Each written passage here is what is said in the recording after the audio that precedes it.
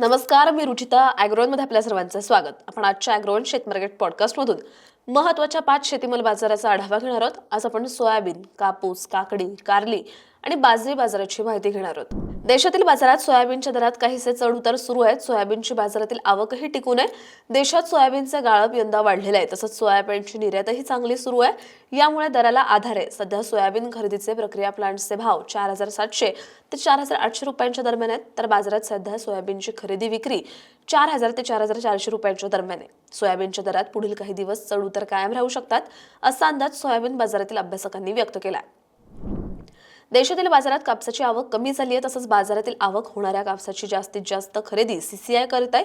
यामुळे खासगी खरेदीदारांना कमी कापूस मिळतोय. परिणामी कापसाचा भाव टिकून आहे. सध्या कापूस दर सरासरी 7,300 ते 7,700 रुपयांच्या दरम्यान आहेत. तर सीसीआय 8,110 रुपये हमीभावाने खरेदी होत आहे. बाजारातील कापसाची आवक पुढील काही दिवसांमध्ये आणखी कमी होण्याची शक्यता आहे. त्यामुळे दरालाही चांगला आधार राहील, असा अंदाज कापूस बाजारातील अभ्यासकांनी व्यक्त केला आहे. राज्यातील बाजारात काकडीची आवक मर्यादित आहे. राज्यातील केवळ मोठ्या बाजारांमध्येच आवक चांगली दिसते. सध्या पुणे, मुंबई, नागपूर, नाशिक आणि इतर काही मोठ्या बाजारांमध्ये आवक जास्त आहे, तर इतर बाजारांमध्ये आवक मर्यादित आहे. याचा आधार काकडीच्या दराला मिळतोय.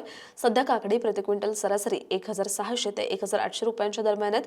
काकडीची बाजारातील आवक पुढील काही दिवसात सुधारण्याची शक्यता आहे. त्यामुळे काकडीच्या दरातही काहीसे चढ उतार राहू शकतात, असा अंदाज भाजीपाला बाजारातील जाणकारांनी व्यक्त केला आहे. राज्यातील बाजारात मागील काही महिन्यांपासून कारल्याची आवक कमीच आहे, मात्र कारल्याला उठाव चांगला आहे. यामुळे दर टिकून आहेत.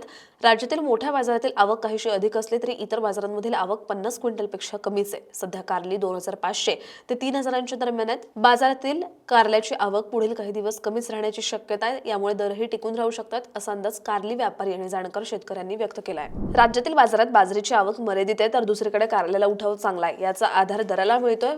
बाजरीला सध्या बाजारात सरासरी 2,300 ते 2,700 रुपयांच्या दरम्यान दर मिळतोय. तसंच पुढील काही दिवस बाजाराची आवक कमीच राहण्याची शक्यता आहे. याचा आधार बाजरीच्या दराला राहील, असा अंदाज बाजरी व्यापाऱ्यांनी व्यक्त केला आहे.